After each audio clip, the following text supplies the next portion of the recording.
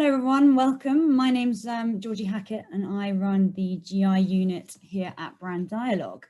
Thank you first for everyone for joining. This is our first Brand Dialogue webinar of 2020. We're doing it in association with Origin and the Food and Drink Federation, where we will be exploring the topic of the future of GI brands. I'll be shortly handing over to David Haig, who's the chairman of the Brand Finance Group and Brand Dialogue, who'll be opening today's event. But just a quick note on housekeeping, I have to do it. So our webinar today will be divided into two sessions, one focusing on the impact of Brexit on GI brands, and the other on the marketing challenges for GI brands. Each will follow a format of 10-minute presentations by our guest panelists, followed by roughly 25-minute Q&A sessions. You can submit your questions to our presenters through the Q&A facility throughout the webinar, and we'll hope to answer all your questions. We will be sharing a recording of the webinar after the session. We also would kindly request that on leaving the webinar, you fill out a brief survey providing feedback that will be helpful to develop our future webinars in our series. Unfortunately, due to the high volume of registrations we have received for this event, we'll be unable to facilitate a networking session that we had planned. However, we welcome any questions and feedback for today's sessions, and please email us at inquiries@brand-dialogue.com. So presenting on the topic today, we'll be joined by some fantastic speakers from an array of organizations. After David does a little introduction, we'll be joined by Konrad Jagodzinski, who is the Managing Director of Brand Dialogue, who'll be presenting a little bit about the work that we do at Brand Dialogue on geographic and nation branding. We will then be joined by Massimo Vittori, who is the Managing Director at Origin and in charge of the organization's strategic planning and overall management. He'll be speaking about the work that Origin does to support GI brands across the globe, and specifically how GI brands need to keep solid public policies on GIs, especially with regards to Brexit and the COVID-19 pandemic. We will then be joined by Tim Rycroft, who's the Chief Operating Officer at Food and Drinks Federation. I'm sure he'll be presenting a very insightful presentation on the impact of Brexit on food producers, as well as any potential governmental advice. And then Dr. David Lloyd Thomas, who is the Head of Strategy and Policy Unit at the Food Division at the Welsh Government, who will be giving us a small view of the Welsh GI brands and their importance to the Welsh economy. The second session, I'll be joined by Jess Lee Wilson, who is the brand manager at Helen Mon, or Anglesey Sea Salt, as you may know, who also in 2019, I've heard that she co-authored a book on sea salt. So she's a big, she obviously knows a lot about sea salt. So looking forward to hearing the story about the Anglesey Sea Salt. And then Jose Luis Benitez, who is the Director General at the Spanish Wine Federation. He'll be giving a view of the GI wine brands in Spain. So should be an interesting session. Finally, I would just like you to encourage all of you to engage with us on social media, on LinkedIn, Facebook, and Twitter, using the hashtag BDForum2020. I'm now very pleased to hand over to David Haig, who's the chairman of Brand Finance Group Dialogue, who will introduce today's session. Over to you, David. Thank you, Georgie. Well, welcome to everybody. Very nice to see you all, or not to see you, as the case may be. I just wanted to say something about our history with GI brands. Brand Dialogue first started in 1990, and that was when we began our relationship with a number of GI brands, including Parma Ham and Parmigiano Reggiano, and we've really been involved ever since for the last 30 years. And I think it's fair to say that when we began, many people out in the ether regarded this as more of a producer's thing than consumers. And gradually over the years, it's become quite clear that consumers very highly rate GI brands, and they make a big difference to their decision-making process. And increasingly of late, governments are beginning to see that they are actually a very important part of economic policy. And that is particularly true post-Brexit. So we have been doing this for 30 years.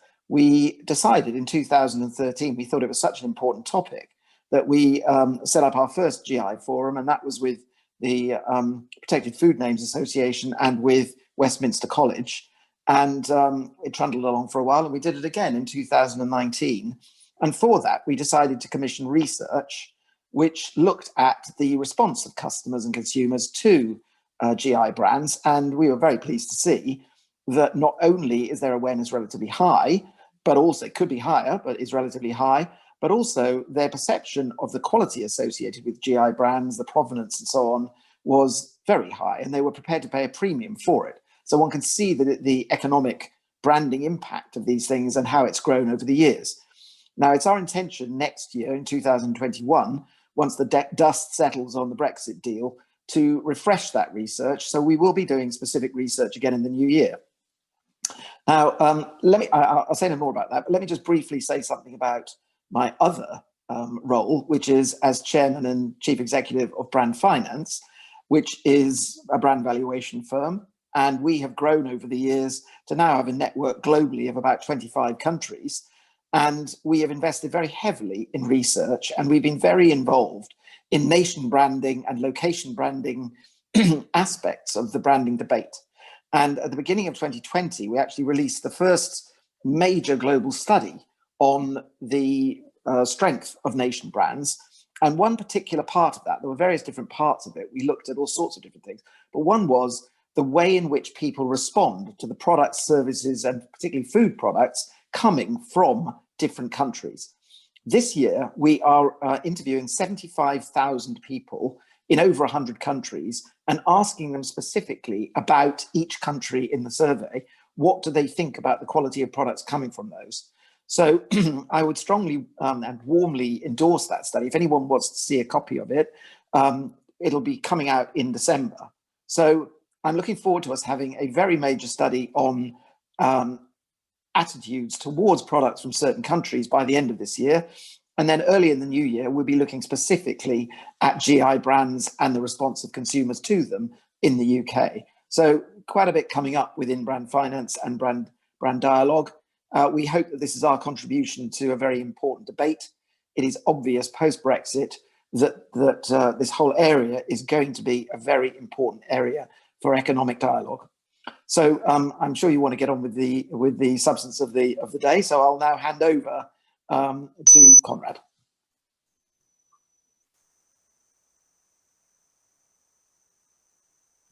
Oh, Conrad, I don't think your headphones are working. Sorry. Okay. What if I unplug the headphones? Is that better? It's not better, yeah. Okay. Let's just get on with that. So I'm just going to elaborate a bit more on what David was saying that we do at Brand Dialogue and the research that we are planning for next year. If I may have the next slide, please.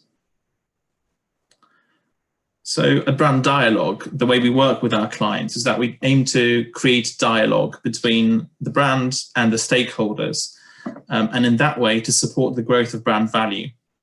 And as David said, we have a particular focus on geographic branding, and that's not just nation branding or city branding, but especially supporting brands with a geographical indication and regional food brands.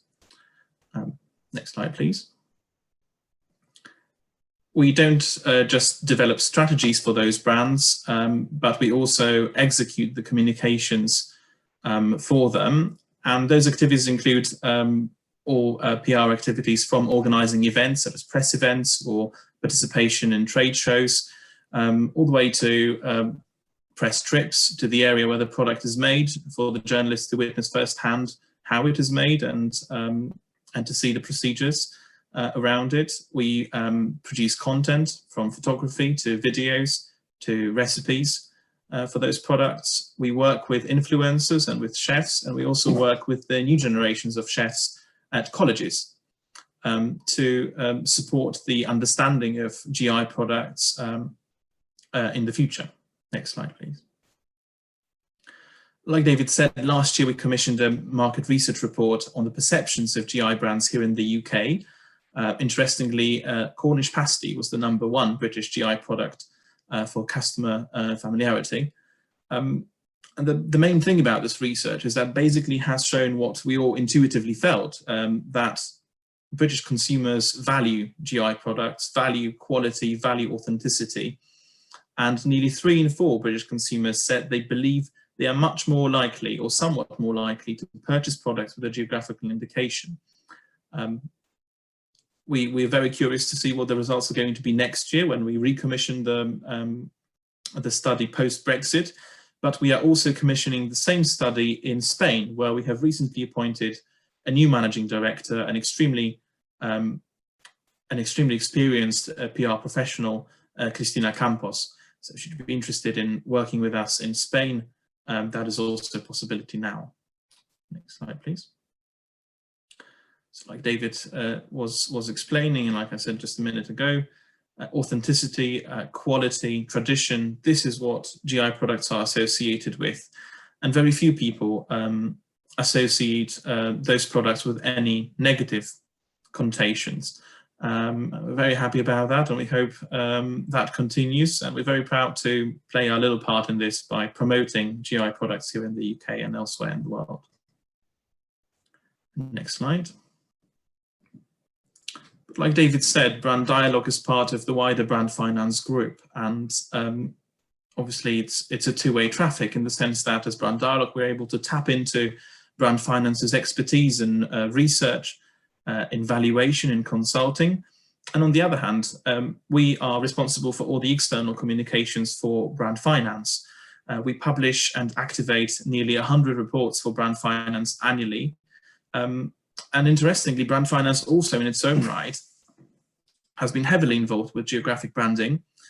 For over 15 years, the consultancy has published the Brand Finance Nation Brands report. And like David said, since earlier this year, there's a new report in circulation, the Global Soft Power Index. You can have the next slide, please. And this is the world's most comprehensive study on the perceptions of nations. Last year, the sample was 55,000. This year, like David said, we're enlarging it to cover 75,000 respondents in over 100 countries around the world, ranking and rating 100 nations on a variety of metrics. There's 30 metrics across 7 pillars that go into this study. And this year, interestingly, the US was the strongest soft power nation in the world.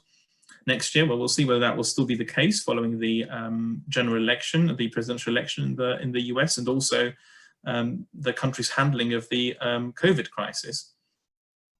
So we're very much looking forward to what the results of the study will bring. And just as much as Brand Finance powers the data, the research, the analysis behind the study, Brand Dialogue is responsible for the commentary, for the report, for the design, the activation, and the events that happen around the launch of the Global Soft Power Index. And can I have the next slide, please? But just before we delve into that, what is actually soft power and why does it matter? We define soft power as a nation's ability to influence the preferences and behaviors of actors in the international arena, but not through coercion, rather through attraction or persuasion. And the next slide. And soft power and an understanding of what perceptions a given nation has around the world is extremely important, both for domestic and international dimensions, and not just for the governments, but also for corporates, for producers, for service companies, for exporters especially. It's not something that should only be considered by the decision makers, but also by the business, by producers, especially when they're entering a new market. They need to understand what the population of that country, what do the experts in that country think about the provenance of their product, think about the nation brand that their product or service is associated with. And this is what the Global Soft Power Index provides. Next slide, please. So apart from providing that commentary and engaging with the data together with Brand Finance, Brand Dialogue was responsible for launching the report, and it now seems like a lifetime away when we had 600 people attending our Global Soft Power Summit at the end of February 2020. It was a 2-day event, the first day at the Queen Elizabeth II Centre in Westminster in London, and then the second day at the Blavatnik School of Government in Oxford. We had a stellar panel of speakers at both events, and the keynote speech was delivered by His Excellency Ban Ki-moon, the former Secretary General of the United Nations. Next slide, please. And we were extremely happy with how the event and the research itself, the report, were received by the attendees of the summit. We were trending for a day in London with the hashtag soft power. And next slide, please. And as we were also responsible for activation of the report around the world with the media, we were also extremely delighted to see that there is a huge interest in what in the perceptions on nations around the world, in the understanding of soft power, and we hope that that will be the case again next year. We're already organising the event. Well, it's unlikely to be a 600 people physical event this time, but we are preparing a very high profile, similar to last year, event online for hopefully even more people joining just like you are today. And look out for that early in 2021 together with the research. But as David said, the data is going to be available earlier, and we're very happy to answer any questions should you have any. Thank you very much. And I'm introducing now the first panel, the impact of Brexit on GI brands. And without further ado, I'm going to hand over to the first speaker on that panel, Massimo Vittori, who is the Managing Director of Origin, the partner of today's event. Thank you. Thank you very much, Conrad. Good afternoon, everybody.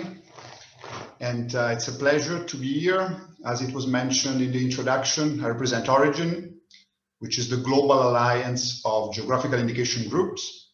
So as you can imagine, it's a pleasure for us to continue the partnership with Brand Dialogue in order to discuss two major events that are influencing GI policies, influencing actually our society more in general, but specifically GI policies. So I will try to demonstrate to you today that both Brexit and COVID-19 reinforced the importance of keeping robust GI policies.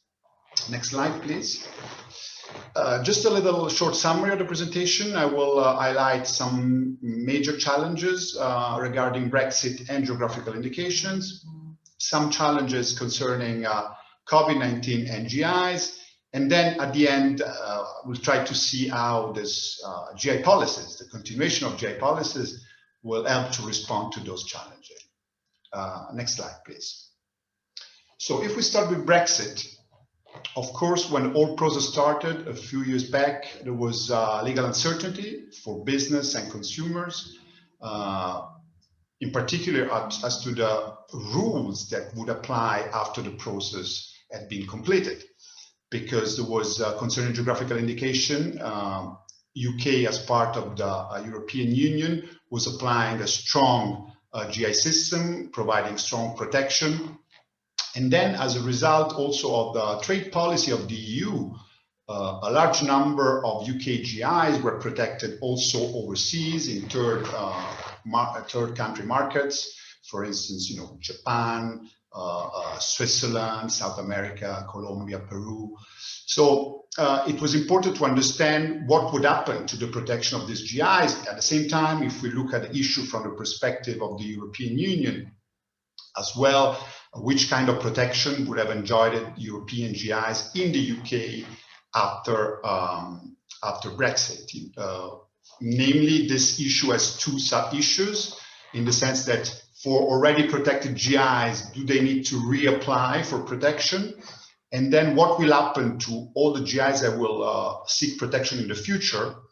Will they enjoy similar rules to the ones available today under the EU system? So since the very beginning, as Origin, we have been campaigning, with specific objectives and specific principles, arguing that any process, any agreement on Brexit should have ensured specifically for GIs, but this is, could be applicable to a number of sectors and businesses, the maximum retention of rights for GI beneficiaries, namely the GI associations that we represent, but in general, all GIs that were protected under the EU, minimum burden of costs for operators, and a minimum disruption of trade. As we said, a certain number of UK GIs are also protected overseas in light of FTAs. So, next slide, please. And then if we come to COVID, and this we know much better because it affects our daily lives, basically, especially the foods and drink sector has experienced dramatic reduction in sales. You will see in the next presentation more specific details, but specifically the small GI groups that were involved in the HoReCa system, so hotels, hospitality, so they really suffered massively. Their sales went down to zero basically during the first lockdown back last spring. And then also the negative impact on the hospitality sector, if we think of all the GI in Europe, in the European Union, in the UK, that generates tourism every year, people that go and discover the products and the traditions. So also this was tough. And very, very important in my view, raising concerns for consumers and policymakers on sustainability. So basically, this was a trend that was already underway even before COVID.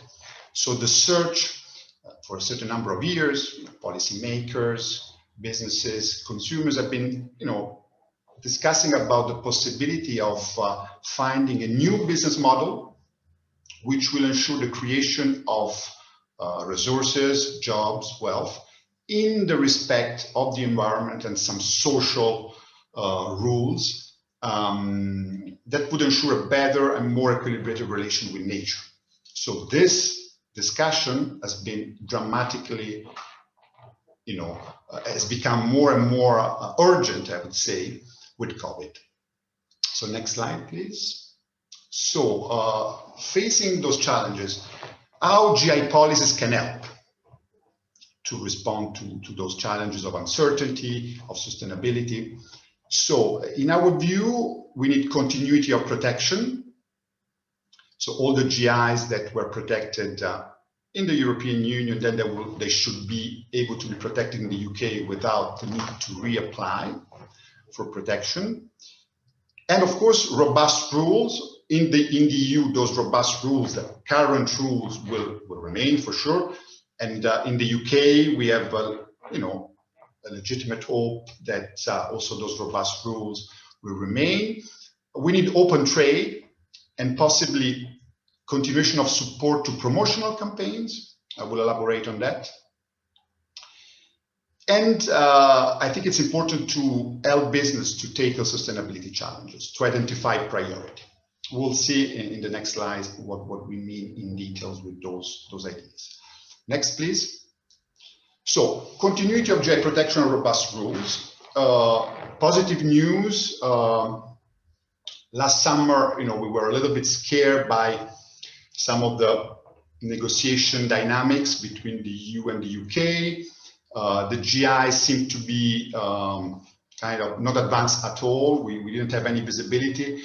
But since the publication of these two documents, the guidelines on protecting food and drink names from 1st of January 2021 by DEFRA, which is working with the EPO, with the IP office of the UK, also to make sure that the relation between GIs and trademarks are duly taken into account. So it was published on 13 October.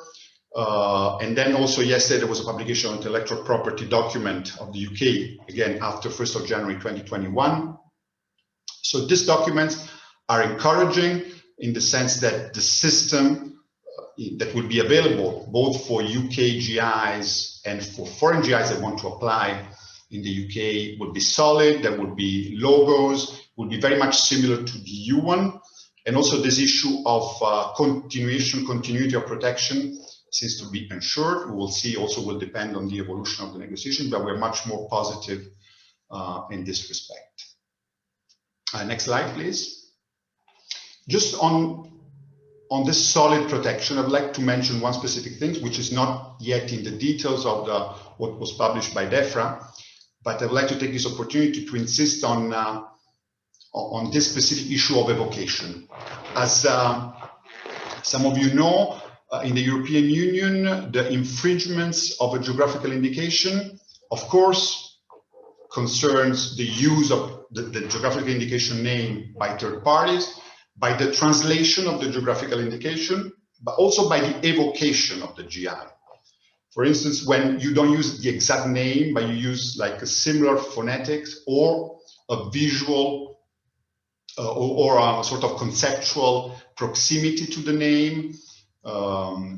So here I put some of the cases that were considered under the European case law, evocation of GIs, Cabonzola, Parmesan, Berlados, but in particular, specifically for the UK, it's very relevant, the Glen Butchback case, which concerns Scotch whisky.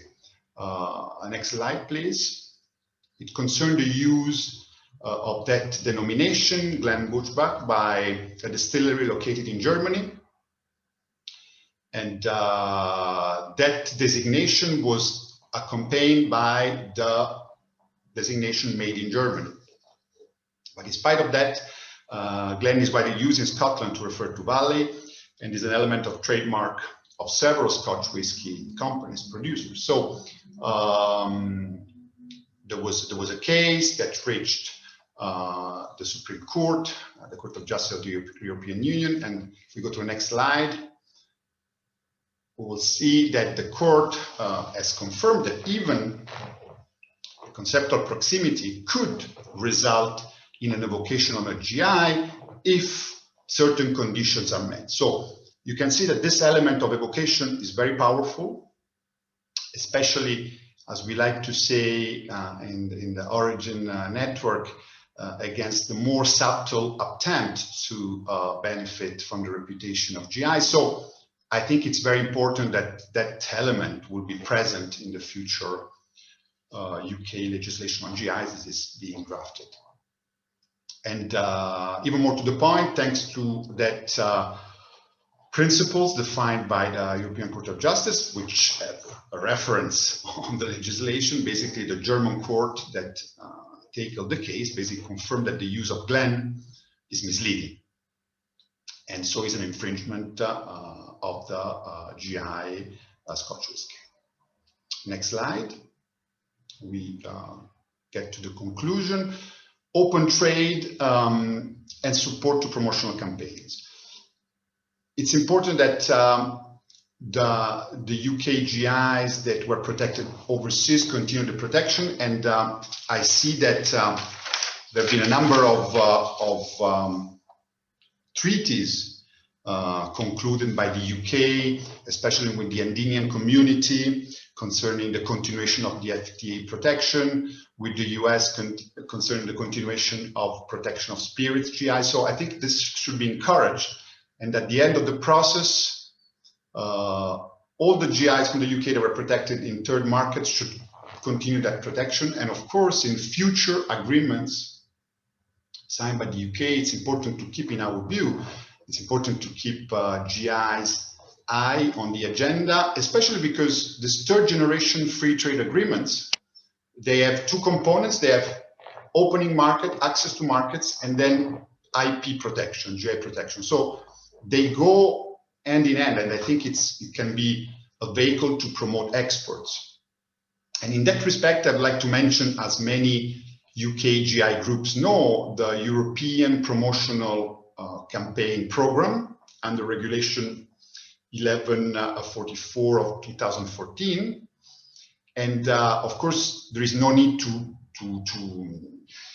reproduce exactly the same policy, because also it has some shortfalls in terms of flexibility. But I think it's important to, from the ratio of that policy is that when you open markets and when you protect IP, then you give some financial resources to groups, especially to the small one, to help them to make a little bit of promotion in those markets, because otherwise it would be very difficult for them to be known in faraway markets. So I think it's, again, it's not here a question to reproduce the EU campaigns program, but just to have in mind that helping GI somehow to make promotion can be something that should be evaluated also at the UK level.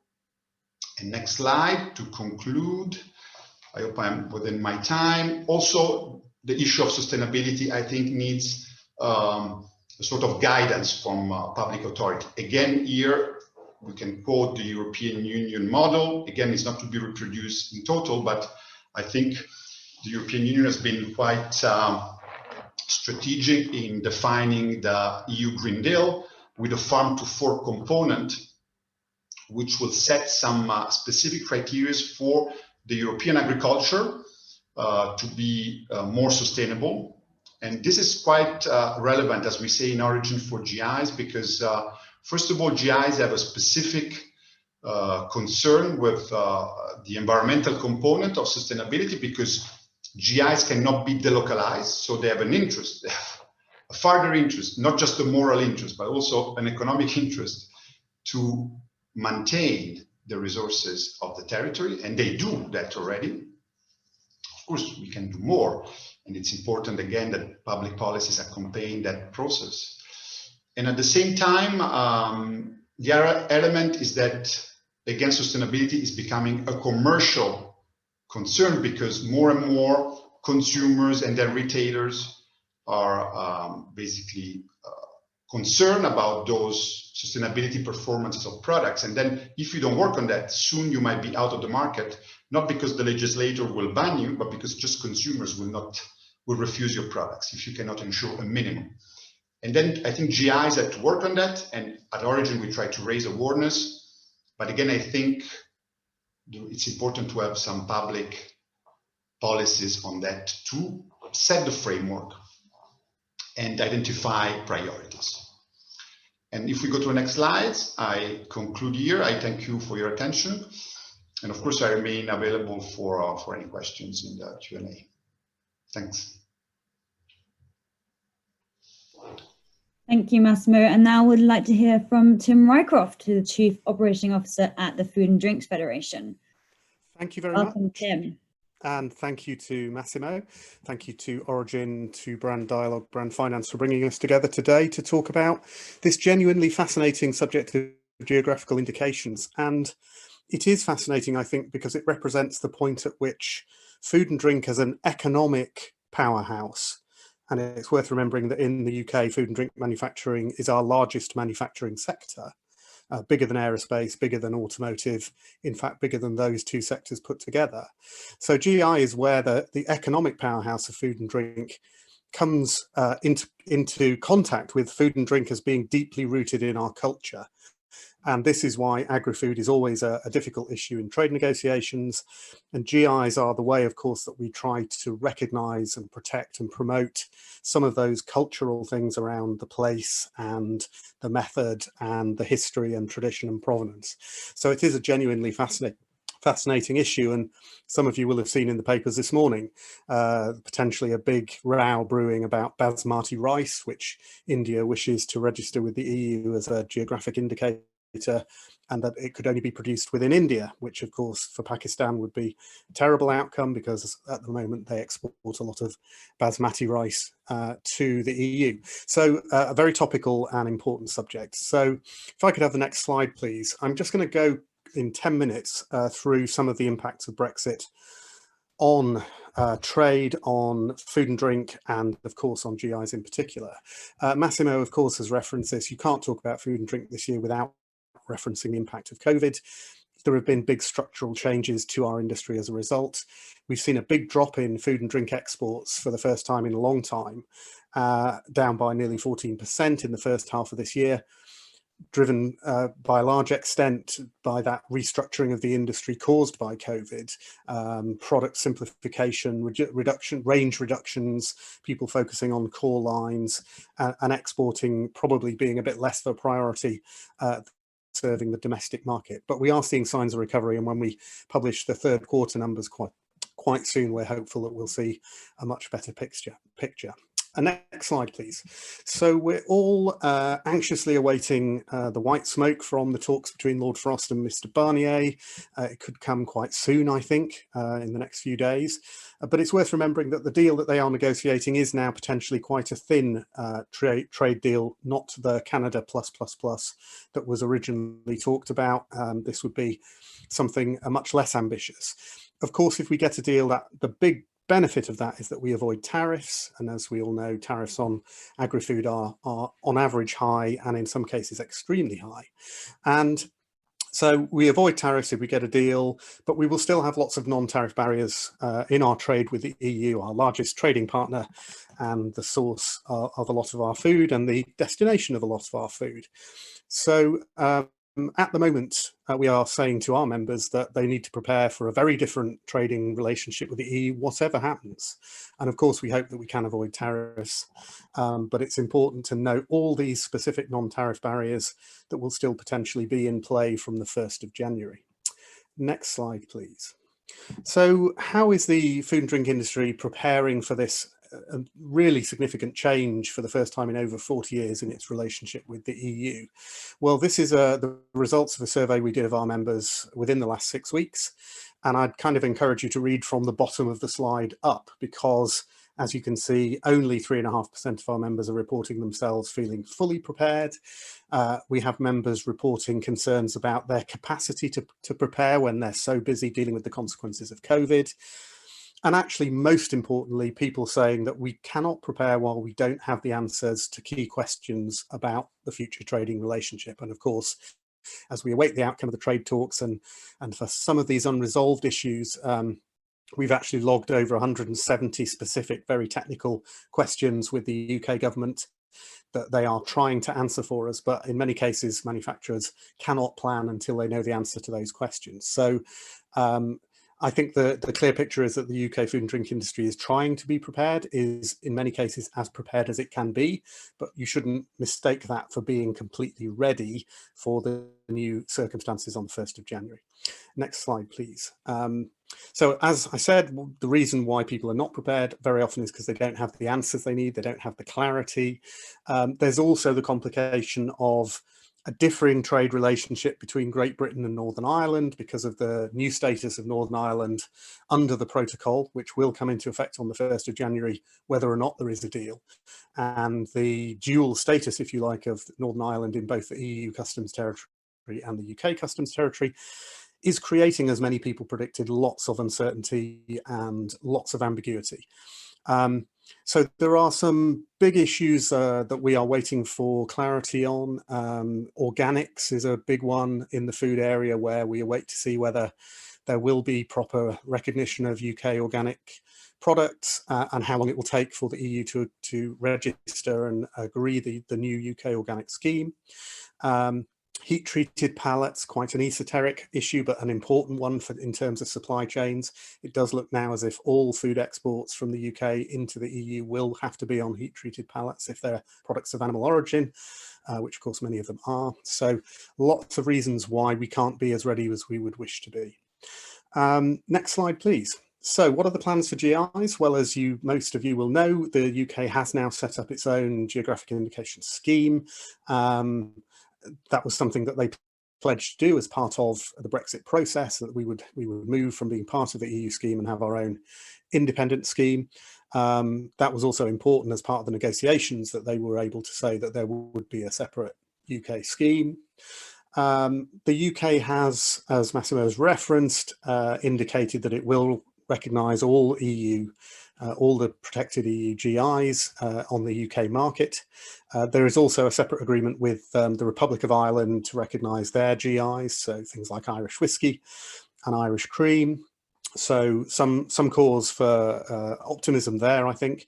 But of course, new applications for GIs will have to apply to the new Great Britain scheme, the new UK scheme, if you like, and they'll also have to apply for recognition under the EU scheme. And there's that ambiguity I mentioned about Northern Ireland, where there is going to be real complexity for those food and drink businesses that sell products into that part of the UK. Next slide, please. So you'll have already seen these logos. I think these are the new UK GI logos, and the rules that go with them, as you know, have now been published, and essentially those GIs that already exist will be able to use them, but we'll also be able to continue using the EU logo in the UK market. So that's about recognising the need for businesses not to have to change labels, because that's an additional cost. So allowing up to 1st January 2024 for those businesses to change their labels is a pragmatic step that recognises the cost of doing that. But again, for new producers, they will have to apply to get this UK logo, and they will have to await whether or not the EU confirms that it will recognise the UK scheme. And there will be these differences in potentially for those selling into Northern Ireland. Next slide, please. So as we say, as we hope, GIs registered with the EU before the 1st of January should continue to receive protection in the EU and vice versa. It is encouraging that GIs do not appear to have been used by either side as a point of leverage in the trade talks. So while we don't have the final confirmation until an FTA is signed, I think the expectation is relatively optimistic that there will be mutual recognition. The UK has said it will recognise all of the 3,000 or so EU GIs, and the UK obviously hopes that there will be a reciprocal gesture from the EU. Although there are some question marks about whether that is a long-term commitment. So the UK has kind of reserved its position about whether or not it might change its position on recognition at some point. That's again potentially a point of leverage for them. But it's interesting that the EU have always prioritised GIs in their trade negotiations in a way that the UK has not necessarily. Next slide, please. The UK, by contrast, as when it was inputting to the EU's trade negotiation process, has not historically prioritised GIs. And it's interesting that the new UK-Japan free trade agreement, which was signed last week, initially only recognises 4 GIs. But the trade ministers who were on the media last week talking about the success of signing the deal were all using GIs as an example of how this FTA goes further than the one that the EU had with Japan, because there is an opportunity to register many more GIs. Indeed, it becomes slightly easier to do that, and they were all saying that that's something that the UK will press ahead with, and that many more GIs will be protected in this new trade deal with Japan. So an interesting change of approach here, and good news, I think, for all of us who are interested in these things, to see GIs coming sort of higher up the agenda of the UK government. Next slide, please. What do we want to see? Well, at Food and Drink Federation, we are continuing to encourage the government to focus on the benefits of GIs in this world in which the government talks about a new global Britain as a trading power across the world, not just focused on Europe. Food and drink clearly has a power and a provenance and communicates to consumers in the ways that we've just heard about. Part of that sort of soft power is around food and drink culture, provenance and history and quality. And that's something that seems to be increasingly attractive to consumers around the world. So it's a great opportunity, we think, for the UK to do this. And my friend David Lloyd-Thomas from the Welsh Government will say more about this, about leveraging the power of GIs. And we want to see GIs prioritised more in all the other free trade agreements that the government is trying to negotiate at the moment.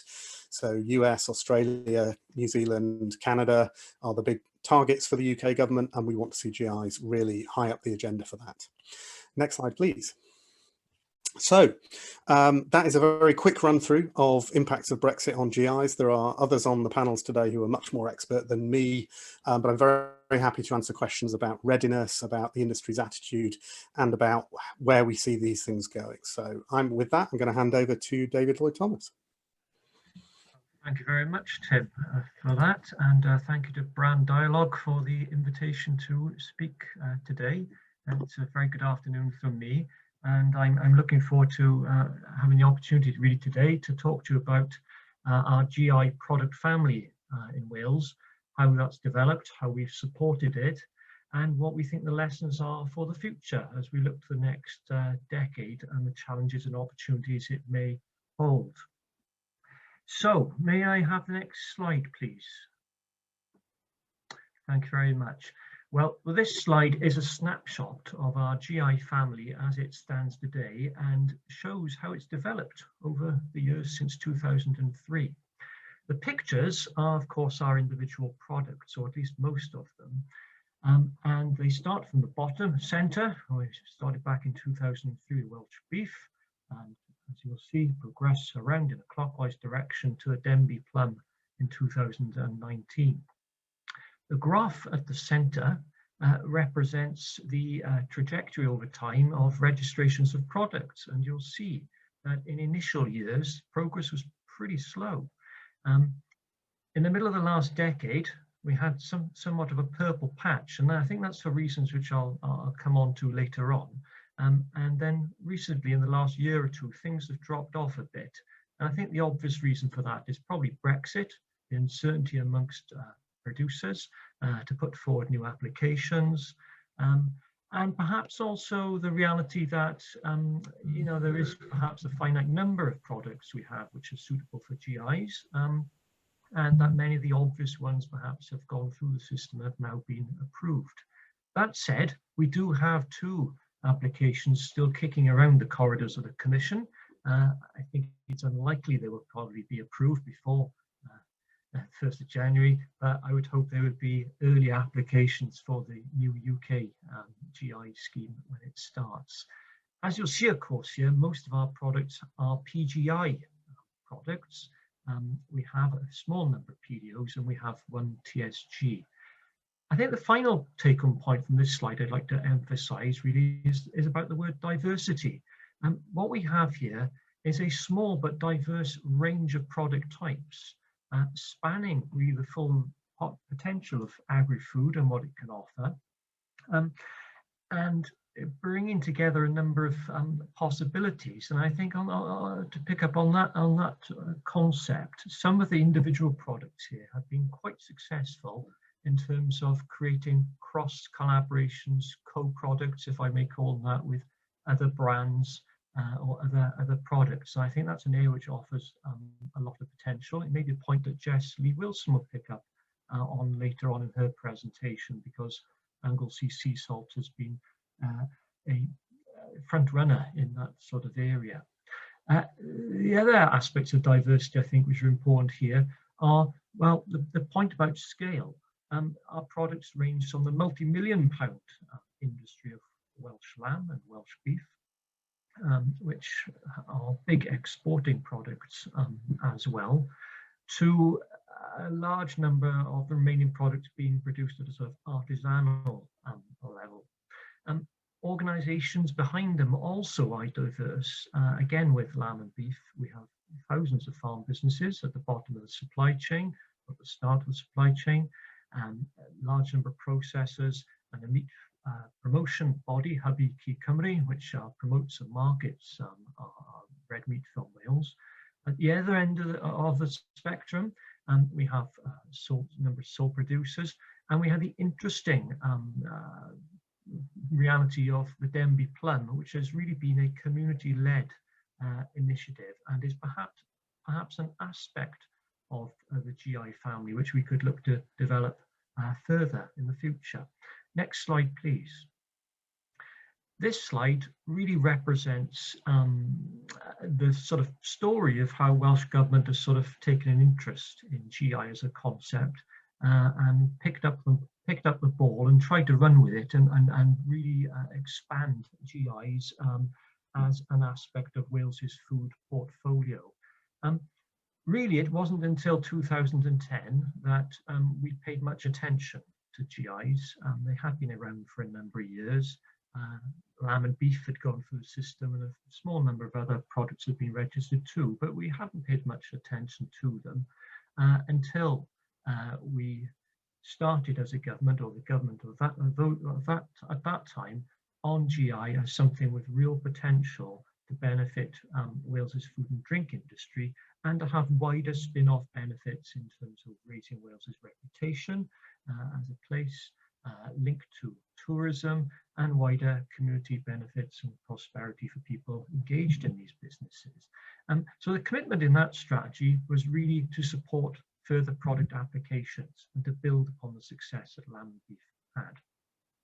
Following that, over a number of years with successive governments, we've increasingly invested support to businesses or organisations wishing to apply for GI status and help them through that process. And we've been very active in marketing and promotional activity as well, again supporting individual businesses, but also, and I think critically, collectively trying to project and market the basket of products and the organisations behind them as well. And we followed this through into our latest thinking. In last year, we consulted on a new strategy for food and drink sector. And just to quote a part of what that says, it does have in it a lot of attention on the kind of importance of trying to create a global reputation for excellence for Wales's food and drink sector. And of course, GIs as a concept, as a designation, fit that very well indeed. So may I have the next slide, please? Thank you. In doing this, there's a really useful and I think important matchup with what consumer research has told us about Welsh food and drink products. This graphic shows what people in England and Wales have used to describe Welsh food and drink products if they are given one word to do so.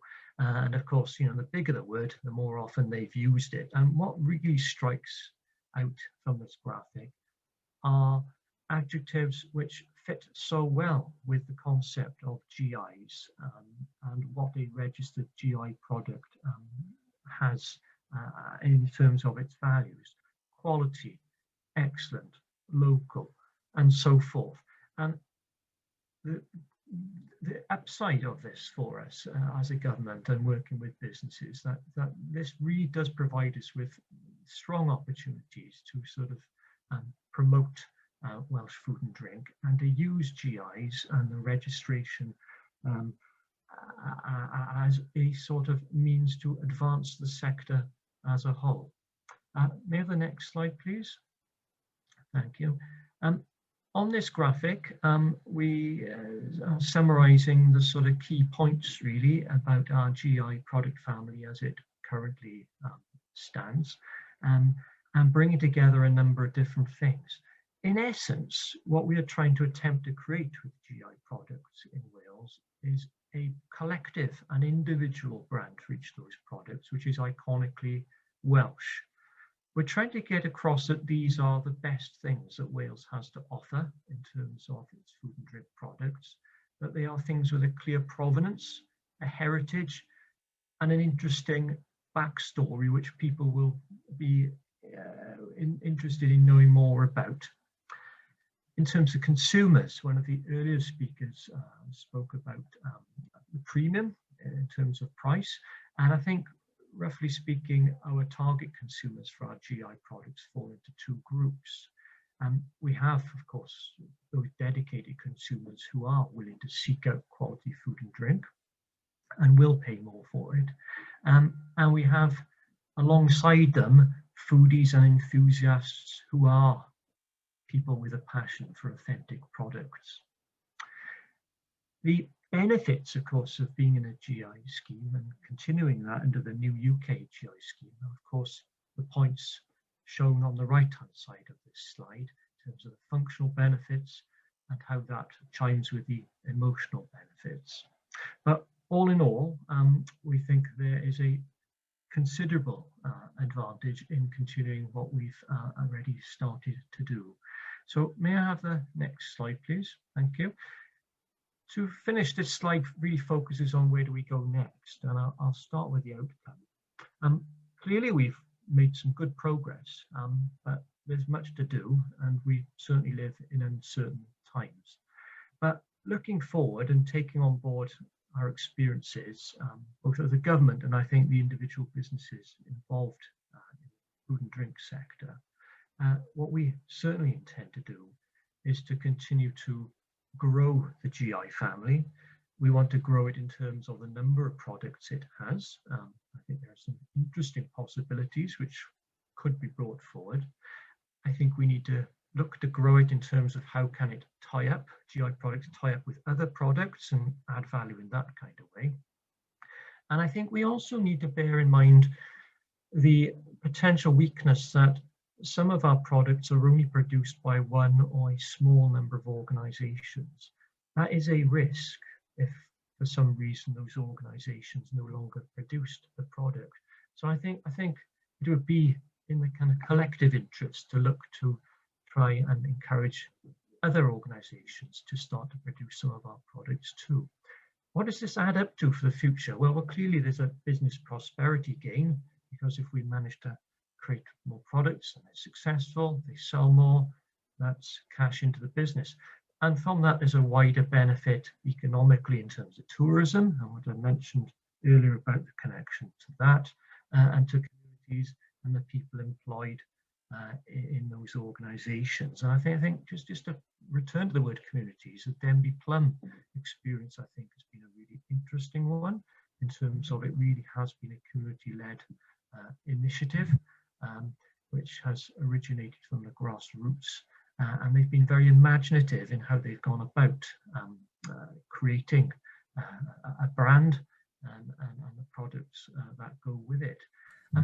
Taking it all together, of course, we are ultimately creating, hopefully, a food nation effect. I'll speak briefly about the actions. What will it take to do this? Well, obviously continued support for producers from us, whether that's marketing and promotional activity. We certainly are looking forward to the UK GI scheme, and we work very closely with DEFRA and the other devolveds on developing that, and we hope it's a great success. And I think when we get through the next year or two, that there may be some interesting and important policy questions around, is that scheme fit for purpose? Does it need to improve or change in some sort of way? And I'll finish with context points. Some of these are quite obvious. We know that Brexit and trade agreements pose questions for GI products. Tim has brought up a number of important points in his presentation. We know that the current COVID experience is hammering the service sector in particular, which with tourism is an important aspect of what we're trying to do in Wales. And I think we always need to be mindful of consumer trends and how those might change due to current circumstances and what might be coming over the horizon. Finally, I just sort of point to data revolution as a point.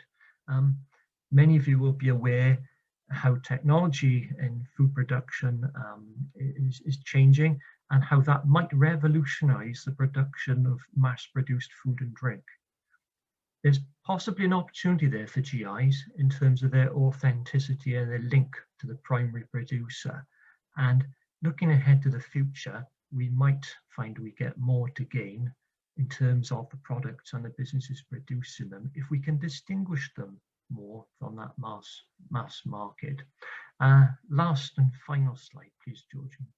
Thank you. So I'll leave you this picture, which, as you will see, is one of the places and where some of our products originate. Thank you for the opportunity again. Happy to take questions, and we now move into the Q&A session. Thank you very much, David. It was very interesting. Loved hearing about that, especially I live in Shropshire, so I'm very close to the Welsh border, so I understand all that. So would now like to invite all the panelists from the first session, Tim, Massimo and David Haig, who will be moderating this session, which will go on for the next 10-15 minutes or so. David, I will hand it right. to you. Thank you very much. Thank you very much. Three very interesting, stimulating starters. I think we started about 5 minutes late and we've slightly overrun. So if there is a lively debate, I propose that we do actually keep talking till about 20 past, and I suspect there probably will be quite a debate. I've certainly got a lot of questions. now there are many aspects to this, particularly about food quality and control and provenance and this kind of thing. Those are the regulations that determine whether or not people will get GIs. But the angle that Brand Dialogue and Brand Finance are particularly interested in is the whole area of branding, brand value, and how you market these things. So if I may, I'd like to focus in on that whole area and start by raising one word, which is confusion. Now, in my experience, I mean, we've been doing this for 30 years, and the current PDO system in the EU was introduced in 1992. And, 30 years later, it is still sometimes quite difficult to explain to people the difference between a PDO, a PGI, and a TSG. You really have to try hard. But gradually, over the years, I think people have come to understand the difference between them. And now we have this new regime plopped on top. I think there's a danger of really significant confusion, particularly because the EU and manufacturers have spent quite a lot of money over a prolonged period promoting the current regime, and now we have a new regime. So could I just ask the panelists, do they think that's true, and what can we do about it? Should we start with Tim? Thanks, David. Yes, I think is the very short answer to your question. I think there is a danger of confusion. It's interesting, an issue which is slightly different but somewhat analogous that I spend quite a lot of time dealing with is nutritional labelling, where the very noble cause of trying to ensure that consumers are well informed about the nutritional content of food and drink, but trying to make that into a system which is easily understood, well established, respected by nutritionists, agreed by all the various different arguments, those on different sides of arguments about nutrition, has proved to be incredibly difficult. And the traffic light system, which is now kind of reasonably well established in the UK, was a source of massive dispute when it was introduced. The government is now consulting on changing that again. And I think you do always have to remember that this is about communicating, as David has just said, it's about those amazing adjectives that consumers use and in their understanding of the provenance of these kind of products, and trying to find a simple way to convey all of those positives through a logo on the front of a packet of food is tricky, and it's particularly tricky if you keep changing things. So yeah, I think confusion is definitely going to be one of the consequences of a new system, and I'm not sure that the government has really carefully enough considered the consequences of that. So Massimo, would you like to comment on that? Yeah, sure. For sure, the proliferation of logos, definitions, it doesn't help. It doesn't help the consumer because already, as you said, you need investment, you need time to build, your reputation, to explain what a certain scheme means. But having said that, if we look at the definitions of the GI schemes, PDO, PGI, TSG, I mean, in the new UK regime, they have kept the same definition, the same wording. I guess that when we look at legislation, also the criteria for defining, for differentiating the three schemes have been somehow reproducing the EU definition. So in that respect, it will be somehow easier. Of course, now you have to communicate through a new logo, and that would be challenging. And in that respect, my idea of providing some public funds as well to help promotion, in particular, if you look at the EU scheme for promotion, is mainly focused on logos. So this could be probably an idea to overcome this issue. And David, just like I saw that there is a question on non-agricultural GIs. If we have time, I would like to spend 1 minute on that, if possible, later. Okay, sorry, I can't quite get the quick Q&A bit. So could one of the team WhatsApp it to me? Sorry, David Lloyd Thomas, did you want to say anything? My confusion point. Yes, just briefly. I think we need to consider that question from the point of view of confusion for whom. if you consider the different markets for the UK GI products, the situation is quite different. I think awareness of the current EU GIs is far higher within continental Europe than it has been within the UK. And our products going into that market as GIs are perhaps in a better position than our products might be on the domestic UK market from the point of view of people understanding what does this label mean. I think within the UK market, generally awareness of the EU GIs has been much lower, and perhaps the change to the new UK symbols is a two-pronged thing. One, it's potentially confusing for people who have recognised the previous system and wonder whether the new designations are some kind of change of standard or not. And for everybody else, it's a more general issue of confusion in terms of, well, what are these new labels? So there's a big job of work, I think, to do in the UK to get across to consumers what is the new UK system and what do these brands represent.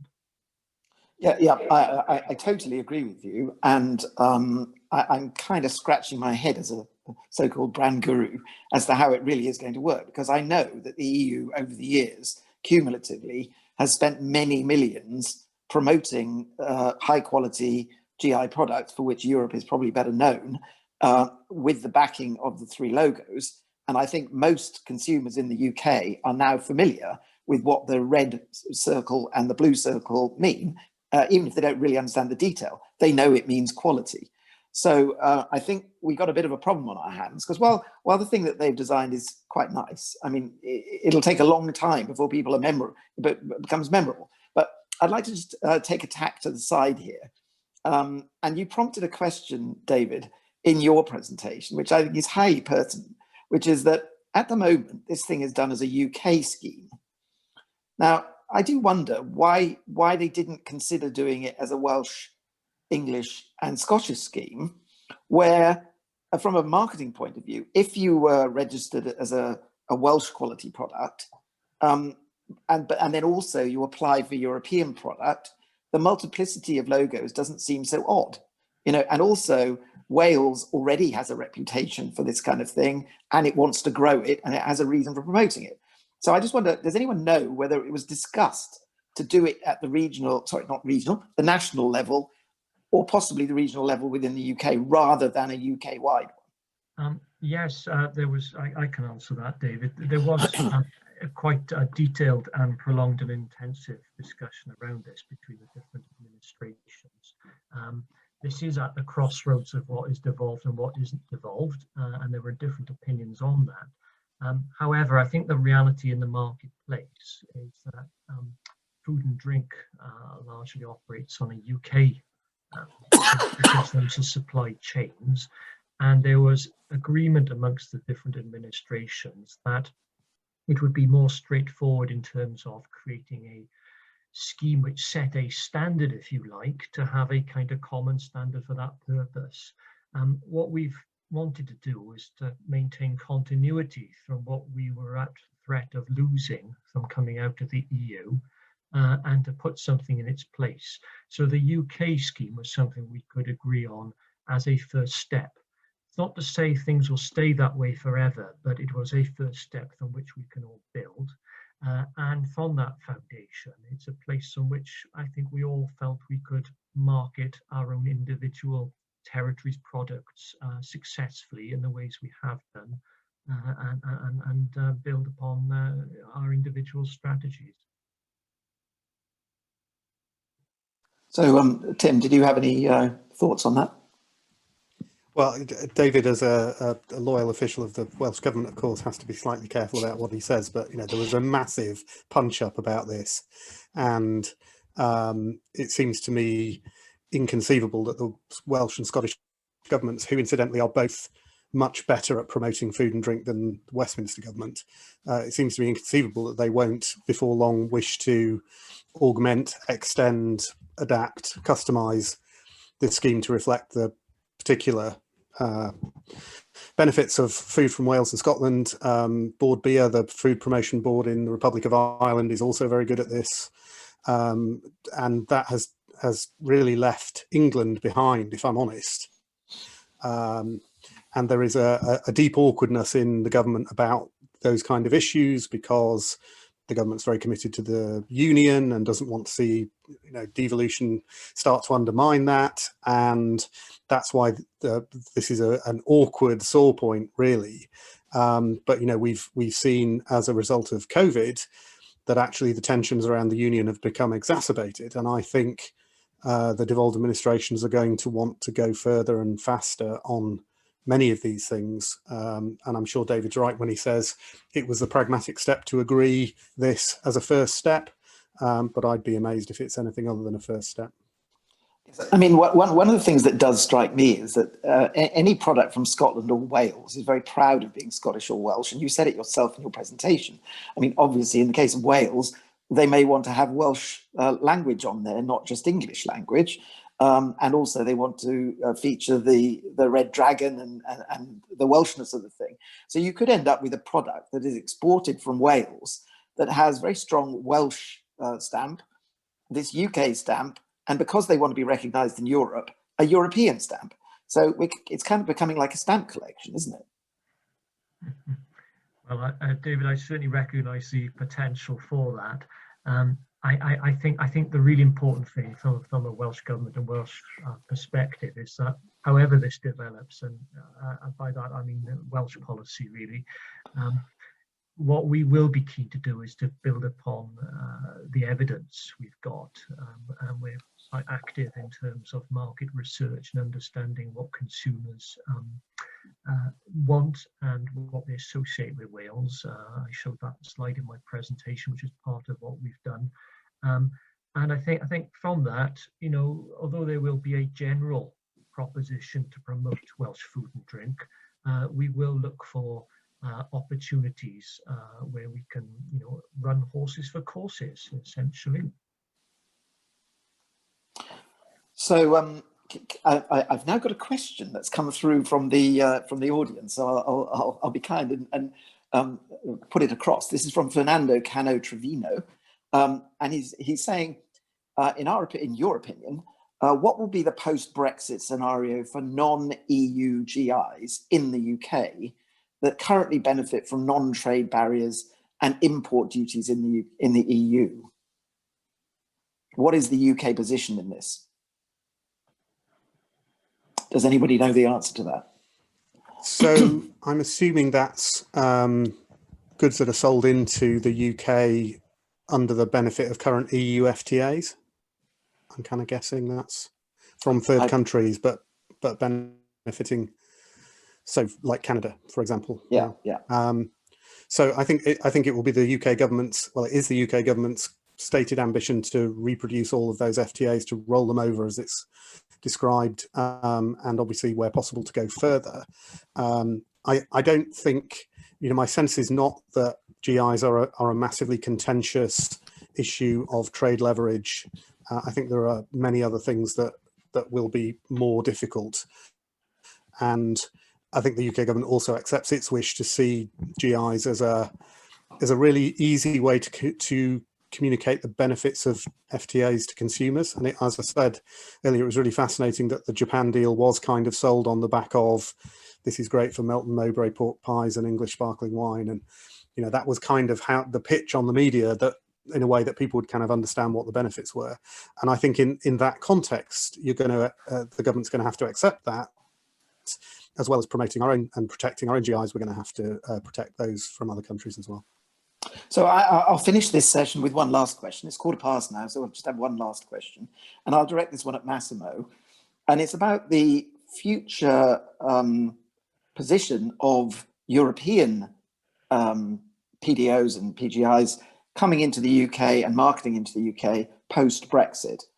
Now, if one were one is in a competitive world, and the logical thing to do really is for the investment in marketing behind those schemes to actually be ramped up in the UK. And my understanding is that the that products from the EU do not have to apply for one of these UK marks. They can just continue with their existing marks. And therefore dialing up the authenticity, originality, and long heritage of those brands and putting money behind marketing seems the obvious thing to do. And possibly it will strengthen their position marketing into the UK. But is that going to cause a great deal of tension? And do you think they're likely to do that? I think there would be a sort of a transition period.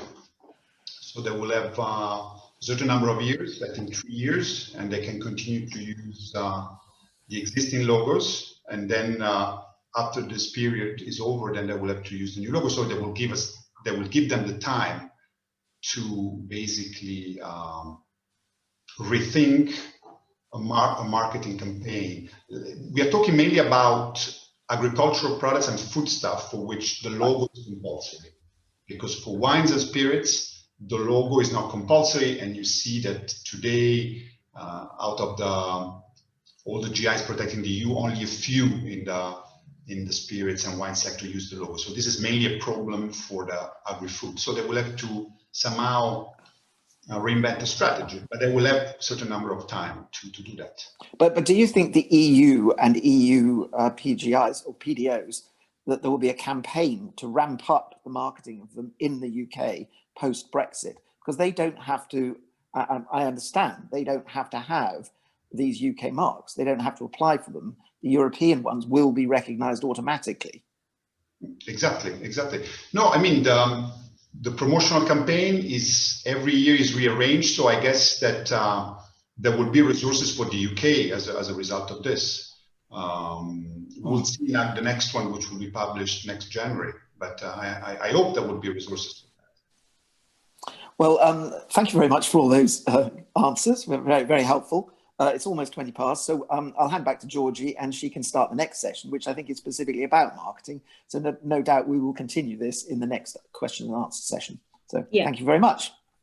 Thank you, everybody. So as I say, we're going to our next session, focusing on the marketing challenges for GI brands. We'll have a presentation from Jessie Wilson from Helen Mon, I think that's how you say it, isn't it? From Anglesey Sea Salt. Followed by Jose Benitez, and then we'll have a short Q&A session with the speakers, and potentially we can continue conversations from beforehand. Anyway, I'll leave it to you, Jess. Look forward to hearing about this. Thank you. Thanks very much, Georgie. Thanks so much for having me. It's been a very interesting afternoon so far. I am Jessie Wilson, and I work for Helen Mon, which translates as Anglesey Salt. If we could have the next slide, please, and play the video, that would be fantastic. Here's the next question.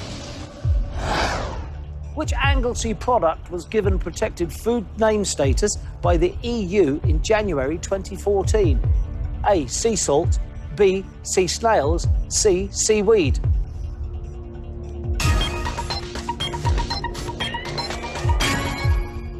You've put seaweed. That's exactly what I'd have put. There must be a specialist seaweed, like a samphire or something. Samphire. Yeah. Did you say bladderwrack? What's bladderwrack? It's a type of seaweed. That's a conversation killer. I like it. Correct answer is. Oh. You're staying where you are. Sea salt's the right answer. Giving the chaser a chance to close the gap. Chaser has put. Goes right with sea salt, moves to within one. I can understand why you thought seaweed, because the Welsh do eat seaweed under the name lava bread. Ah, yes, indeed. Chaser's moved to one behind, we're 3 from home. Samson, come on. I hope you all did a better job than the contestant there and guessed the correct answer. So to go back 20 odd years before we were granted protected designation of origin status, I thought I'd tell you a little bit about how we started. Could I have the next slide, please? So my parents actually started the business around 1997, and at the time they were running an aquarium, which is where I spent much of my childhood. This is the aquarium, Anglesey Sea Zoo. And they were running it in an area of North Wales which they really, really loved. And the aquarium was very successful in the summer with huge amounts of tourists, and it did very poorly in the winter when there were much fewer visitors. So basically they wanted a way to employ people year round and keep their staff on. So they looked to their natural resources. Next slide, please. So sea salt was actually one of the less mad ideas that they had. But it was still slightly mad at the time. I think it would be fair to say that provenance just didn't matter in the UK food scene as much as it does now. And most salts were not premiumised in the way that they are now. So this is my parents here, Alison and David. And they knew that the seawater around the island was exceptionally clean and pure because they'd successfully bred baby seahorses in the sea. So they knew that it was very clean. If we could have the next slide, please. So this was one of our earliest prototypes of packaging. Our name has actually changed since then, but much of the ethos of the company has remained the same. And our very first customers back in 1997 were our local butchers. Even though we travelled down to London to a trade show, they were the first people we met down there. If we could have the next slide, please. So just to move on to PDO and what it means for us, really. So in 2014, we were awarded PDO by the European Commission. And we did have a lot of help from the Welsh Government, which was much appreciated, and we certainly couldn't have done it without them. And their consultant, Faye Francis, who I think I might have spotted is in the webinar, she helped us greatly all the way along. So we were the 60th PFN in the UK, and DEFRA were incredibly helpful as well, and they arranged a lot of press opportunities for us. Could I have the next slide, please? So in terms of what the accreditation really means to us, I think the first thing really is authenticity and honesty. So this is a picture of it's called a salt coat, which is a much nicer word for factory. As a copywriter, I can tell you that. So we've kind of always cared about doing things properly, and PDO really celebrates that as far as we're concerned. We are actually the only sea salt in the UK to have PDO, and we're the only facility that customers can, in more normal times when there's not a pandemic, come and look around. So we are transparent in the way that we make our product, and we're very interested in education. We host lots of school groups and community groups. People come and look around the salt coat, and then, as you can see on the bottom right, they can do a tasting, and we do a comparative tasting with lots of other products, so you can really literally taste what makes Hallan Morn different. So we're audited regularly, and we did have to work very hard with the local authority at first because they hadn't done it before. Could I have the next slide, please? So the next thing that I think is important for our brand in terms of PDO is it really is a celebration of where we are and a celebration of an incredibly special place. So I think, as David mentioned in the presentation earlier, it's also afforded us the opportunity to work with other Welsh PFNs. So we've done some joint marketing with the delicious Pembrokeshire Earlies, which are a favourite of mine, and also Welsh Lamb. So the company was really started because of a love of Anglesey, because of a love of this very specific stretch of water called the Menai Strait, which looks across from Anglesey to the beautiful mountains of Snowdonia. And I mentioned that provenance wasn't necessarily as marketable in the sort of mid-90s, but it's certainly very much so now, and people really care about where their food is coming from, we're finding. And we've kind of got an extra opportunity in terms of storytelling and marketing, in that obviously salt is an ingredient in lots and lots of products. So we find it's a really great way for other products to add value and provenance. So two companies that we are very proud to work with, one is Green and Blacks. So we are their sea salt of choice in all of their organic bars. And then also Piper's Crisps, very delicious Anglesey sea salt PDO flavour. Could I have the next slide, please? So obviously it's important to talk about protection against misuse as well. And there was one memorable occasion in Italy where we did discover that a company was trying to pass off a substandard product as Hallenmorn sea salt, and they'd ripped off our name and elements of our branding. I believe this was actually before 2014 when we had the PDO accreditation. But now certainly it's very reassuring to have kind of regulations to fall back on. Next slide, please. So I wanted to talk about something else which seems very relevant at the moment and is core to our brand values. The company was started out of a love for a very specific area. And so it makes sense that we do whatever we can to be a sustainable business and look after the natural resources that we depend on for our product. Could I have the next slide, please? So just to tell you a little bit about how the product's made, our innovative methods do protect our environment. So first of all, the seawater is drawn through a sandbank and a mussel bed. So that does a lot of the hard work for us in filtration. It travels up a pipeline and it goes through a series of carbon filters. And then it's concentrated into a stronger brine using solar power and good old Welsh sunshine. And then every single flake is then harvested by hand. And we rinse our sea salt in more brine, which removes any excess minerals or chalkiness, which can affect the taste and mouthfeel of the salt. So every single flake shines beautifully. If you've ever tried our product, you can notice that. And as you can see, each pouch or tube underneath it has the initials of the person who packed it and made it for you.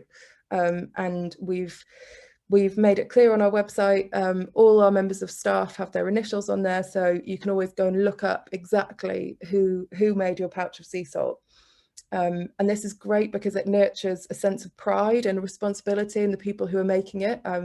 It's a skilled and laborious job. And it also makes a real connection with the eater.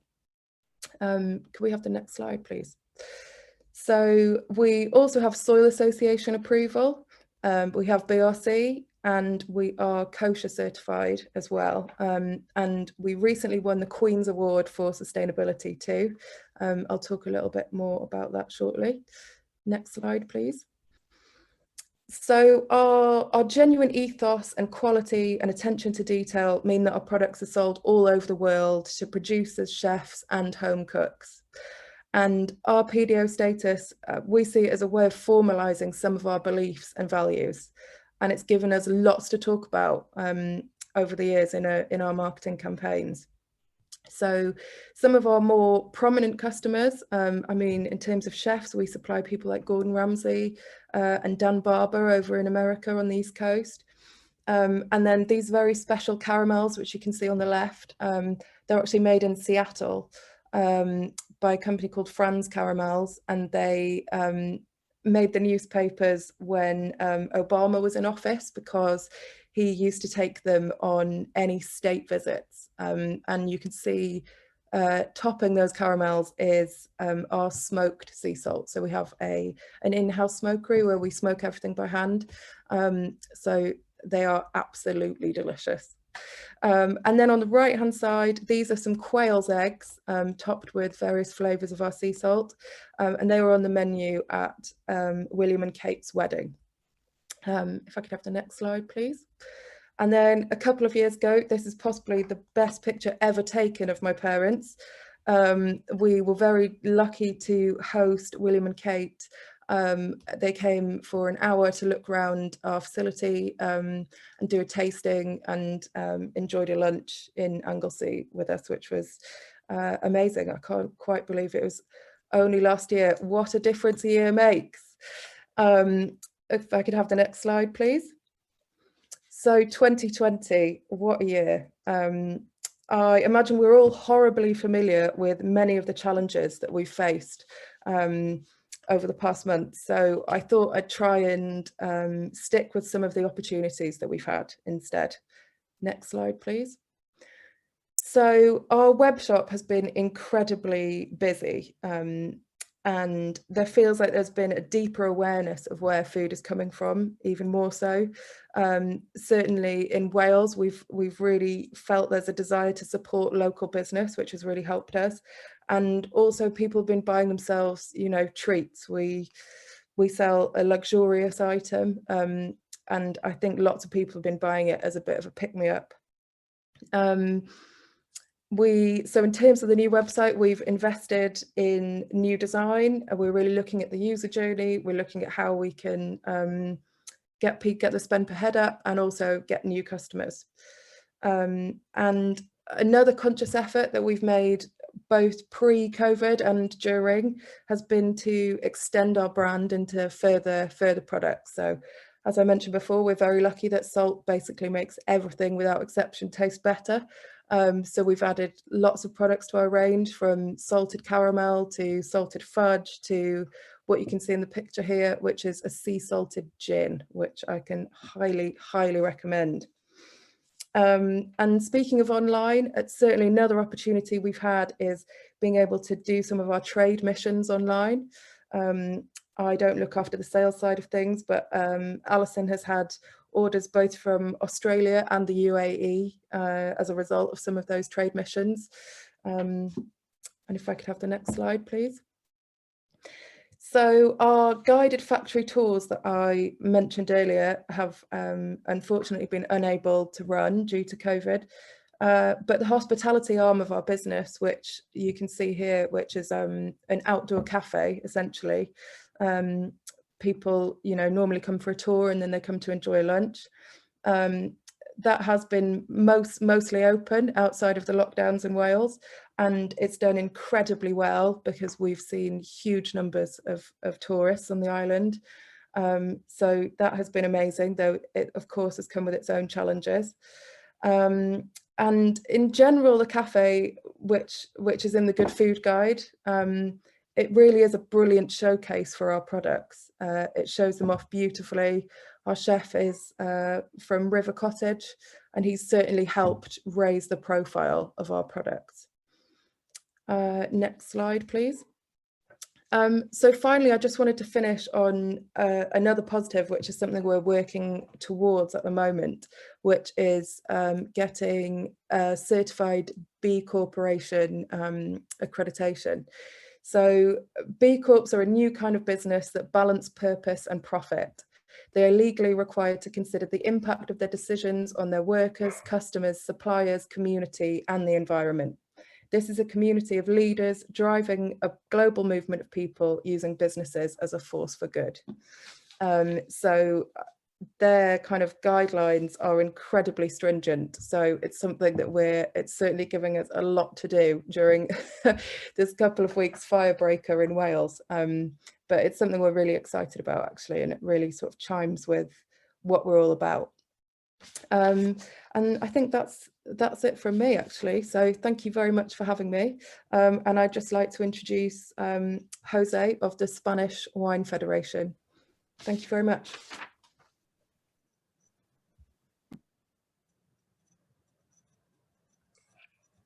Thank you very much.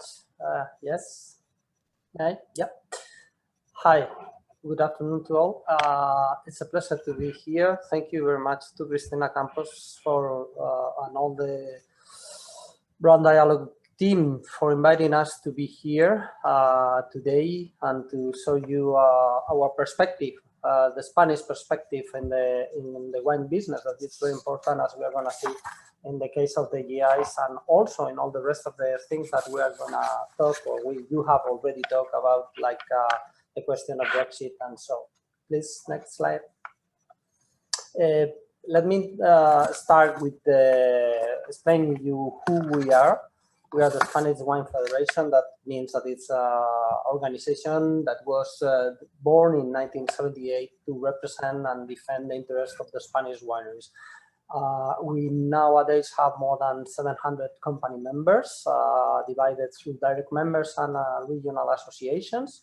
That it means not because the total number of Spanish wineries is close to 4,000, but what our companies do represent is the almost 80% of the total industry turnover. So at the end, we are the unique and the main, because we are the unique, that's clear, representative organization in the wine sector from the company's point of view, because we have a lot of many other kind of organizations, like could be the denominations of origins boards, or we have the regional, of course, associations, or we have the unions association related to wine also. But at the end, again, we are representing wineries.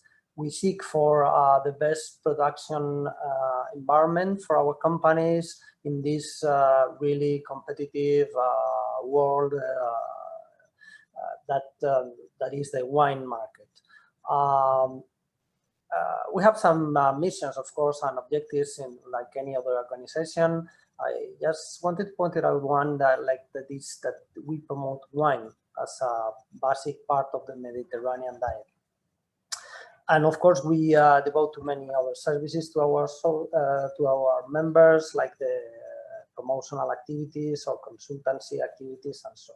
And here you have in this graphic how are our companies. So just only 1% are big, 25% are medium, and 74% are small. That is the picture of the Spanish wine industry, nothing less or nothing more than that. Next slide, please. And regarding GIs in Spain, in the case of wine, we have, and these are the data excepting that one that I'm going to mention later are from the agri year 17-18, okay? By then we had 90 different quality appellations, plus 42 protected geographical indications. So that means a total of 132 GIs in Spain regarding wine only, okay? And they are divided, as you see in the presentation. They represent more than a half of the total acreage in Spain, with 570,000 hectares, 115 wine growers, and 3,436 wineries. Next slide, please. And in terms of regions and sales, and this is the data that I mentioned before, because in 2020 we have the actual number in 97 differentiated quality appellations, plus the rest of the geographical indications. So we're still growing and growing. And what do they represent in terms of sales of wine? Of course, it varies very much. You have the bigger ones that are Rioja, Cava, Rueda, and Ribera del Rueda, del Duero in Spain, also La Mancha. And then you have in the export market, Cava, Rioja, Valencia, and Mancha. But you see on the left, on the graphic on the left, it is one that only two, that are La Mancha and Rioja, represents almost 40% of the production of the GIs. Please, the next slide. And regarding exportation to UK, I think it's interesting to see here the distribution, and many of our participants in this webinar today are people from UK.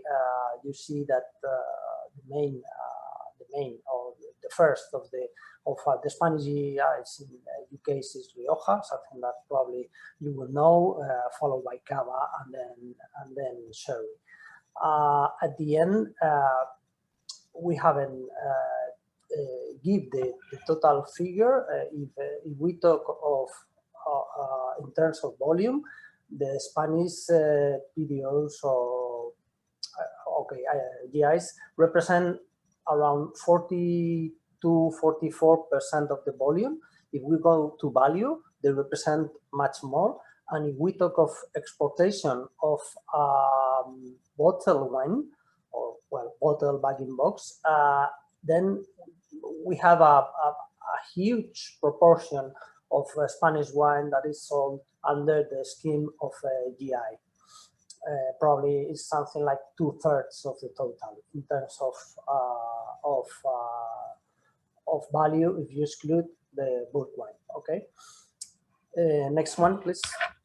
And then it came 2020, the year of the perfect storm for the wine sector, with of course all the COVID problems. Some of you have already mentioned them, and the main one, the question of HoReCa. Sorry, we are closed is what we have, and what we are having in many countries, and of course in Spain. And this shutdown was all of a sudden, from day to night, in a situation that was absolutely inedit in the history. Even during the world wars, the Spanish Civil War, never we had a total shutdown of the HoReCa channel. And if you also mix this with the international panorama, with the problems with the taxes due to Airbus Boeing dispute from the United States, the Brexit, Russia, China, then we are focusing probably a decrease of the turnover of our wineries around 28% if you look to the one of 2019. Probably this figure, it's even a little bit confusing because of course it's an average of the big, and some of them of course do sell very much on the off trade, and of course the smaller ones and the really small ones who probably don't sell a single bottle on the off trade channel, and then they are much more affected in terms close to maybe 50%. So situation, we can say it's dramatic. I know that it's the same with many other producing countries, but this is the situation we have. Next slide, please. Then if we go to UK and we go to the situation, it also has much to do with Brexit, and when you go the decrease of the total imports in UK by value and the average price and in volume, then you have this this situation. But it's funny because our exportations to UK grew, excuse me, during the last months, and this is probably due to the Brexit question. And no more because the fear of the companies and importers are not having enough supply in the first month of the next year. Actually, we did have a good news yesterday. Well, it was the day before yesterday, very late in the evening, that it seems that the UK government has finally published guidelines regarding the wine importation into the UK from January the 1st. And well, these new regulations takes into account some of the questions that we were asking for to the UK government, and in order to facilitate the importation and the movement of wines, of European wines to UK. Next one, please. And of course, I had in this slide, these questions. We have, as I said before, it seems that we do have the solution regarding tariffs, regarding labeling, regarding the sanitary certification, and of course, and it's been widely mentioned before, the question of the GI protection, that it seems that it's going to be guaranteed, at least from the January 1st. See what will it happen in the future with the new GIs that could be created. And at the end, we could have a cost if there is not a deal estimated for our wineries close to the £70 million a year. And as I said before, we are now a little bit more optimistic in the sense that we have a 6-month period of extension to have the wines from Italy, Spain, France, the rest of the Europe, from the continent, free of the necessity of using the sanitary certificate. And of course, it's funny because we have here the main competitors of the European wines. And I say it's funny because they normally don't sell under the flag of a GI. This is a huge difference with the wines from our countries, and particularly from Spain, as you have seen before. Please, next slide. I wanted to point out this slide. I think that it explains very much the importance of the question of success of a GI. It's the case of Rioja in UK, in which you have the average price. And excuse me, because these data are a little bit old. I didn't have the new ones, but you see that the evolution from 2013 to 2015 in the 3 bars diagram, and you have the comparison between all countries, Spain and Rioja in the segment, in the price segment, and you see the last one, it's Rioja, and you see how the price of the Rioja wines in UK are much higher. That's no doubt due to the recognition of the British consumer that gives to Rioja in terms, as you have mentioned before, of authenticity, reality, the link to the territory and so forth. So for us, it's clear that this a total connection between these questions. So, and the next one, I will be very quick because I feel I'm running out of time. The next one, please.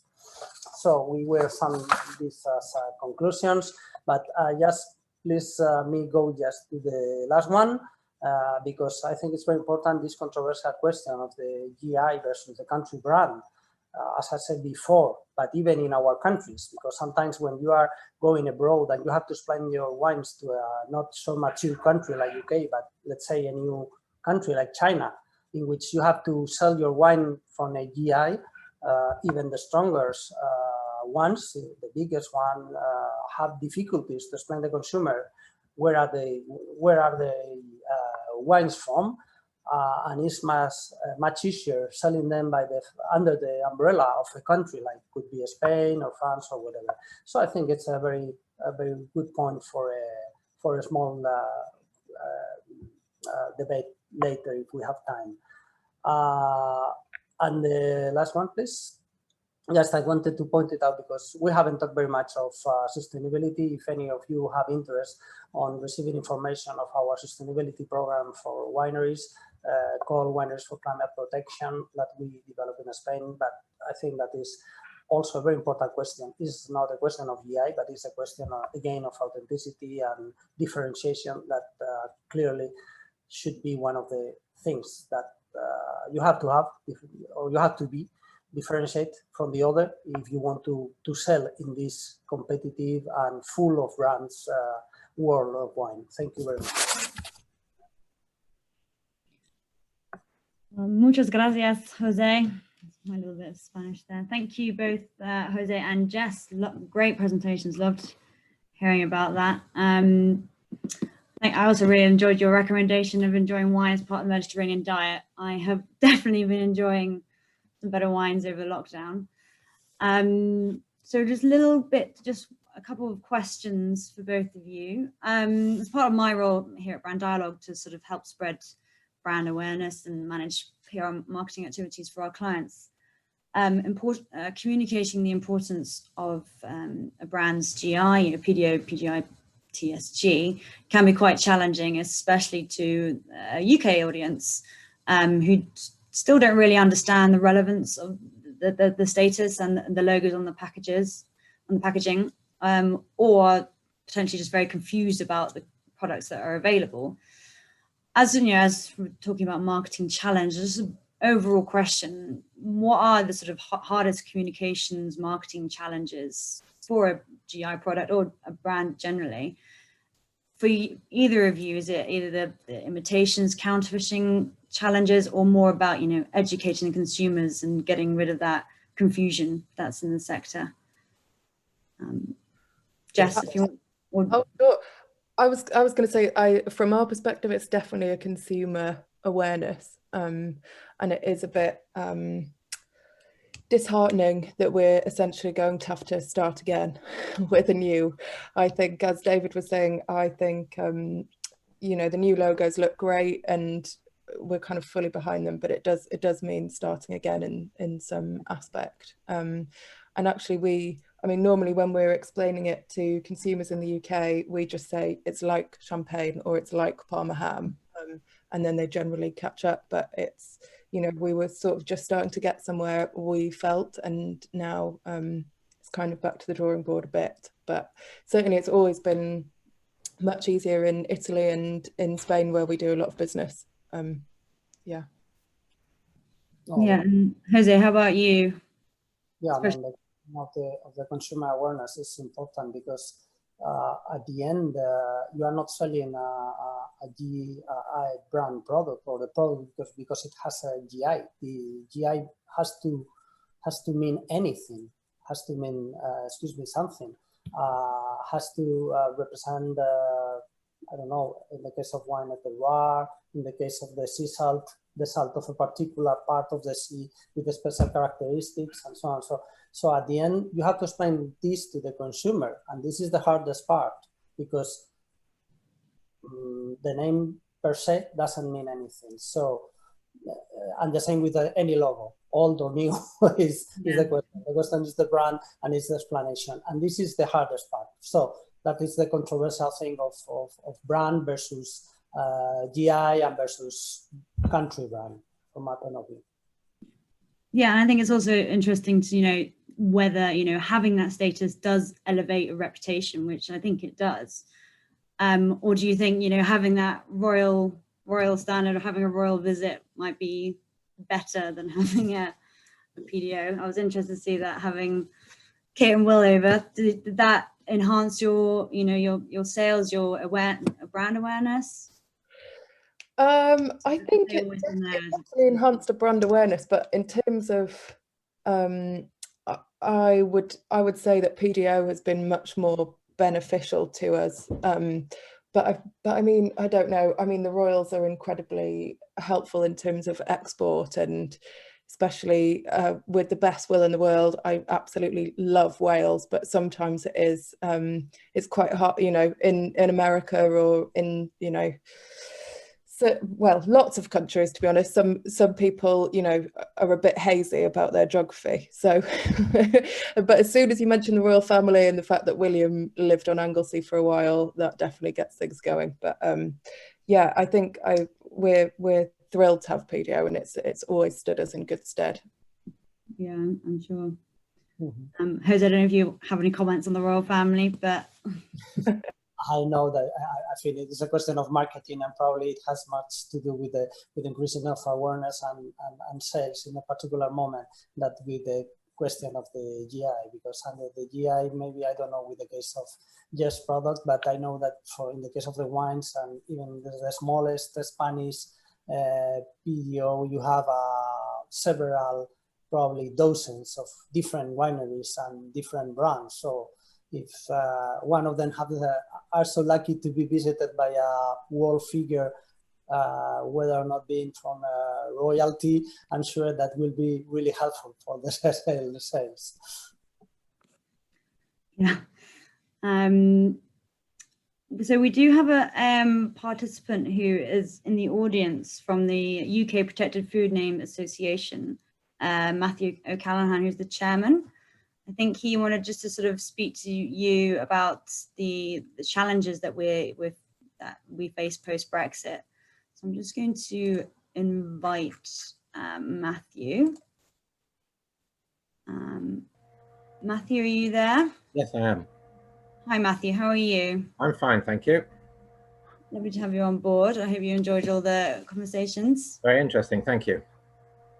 I'd be interested just to hear your stance on everything following the conversations, especially, you know, with Brexit coming up, and I know that you've done just to give us an idea of some of the challenges that we face with Brexit.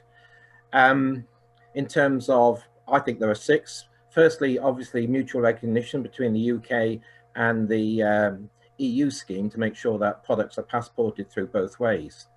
On trade agreements, the EU-Canada agreement contained no UK protected food names associated food names. The EU-Japan one only contained 4.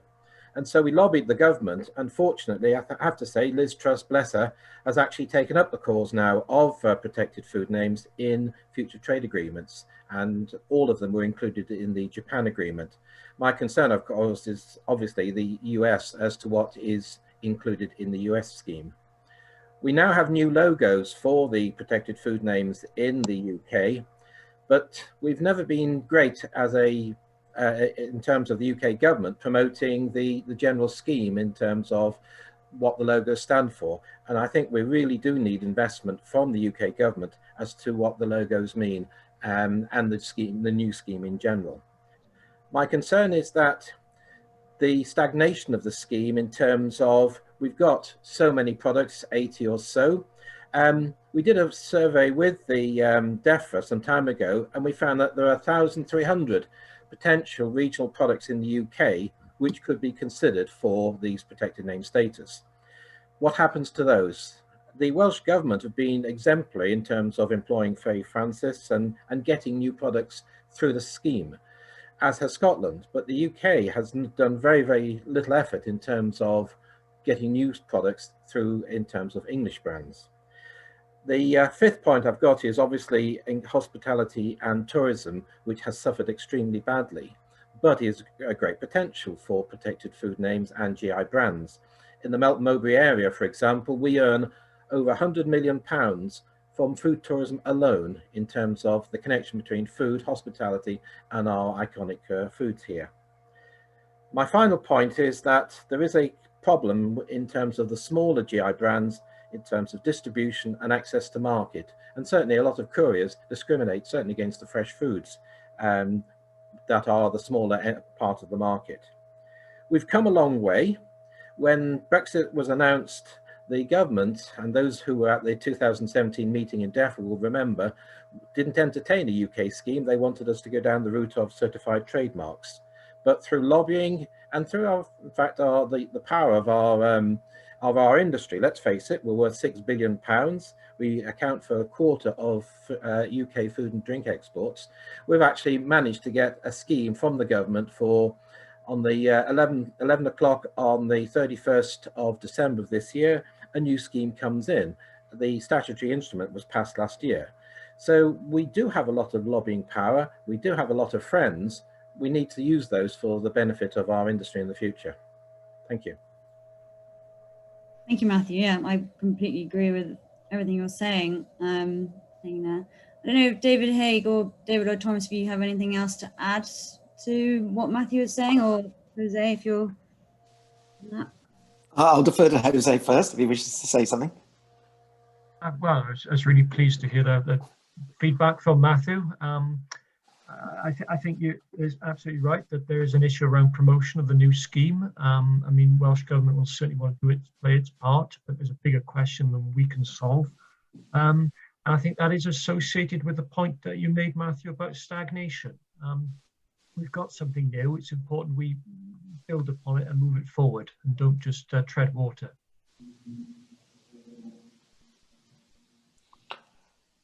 So, Georgie, are we supposed to be winding up now? I think we are winding up. Well, thank you so much, everyone, for some great presentations and some quality conversation. I only wish we could have all day, all evening, all week to discuss this. So again, just thank you so much, all speakers, especially to my conversation with Jose and Jess. Again, sorry it was only so short, but we'd love to continue. Just want to reiterate that we shall be conducting further research on the perception of GI brands following the new UK logo scheme and the official withdrawal. So if any of you would like to be involved with this or find out more, please do not hesitate to contact us about this. I'm really interested to see what's going to happen in the next couple of months. I would like to encourage all of you as attendees to complete the survey that will pop up at the end of this presentation. As I say, if you'd like any further information from us, please email inquiries@brand-dialogue.com. There will be a recording going around after this, which you can then share to anybody. Thank you again for everyone to join us, and hope to see you all soon. Thank you very much. Thank you very much, Sai. See you. Thank you. Thank you. Thank you. Bye-bye.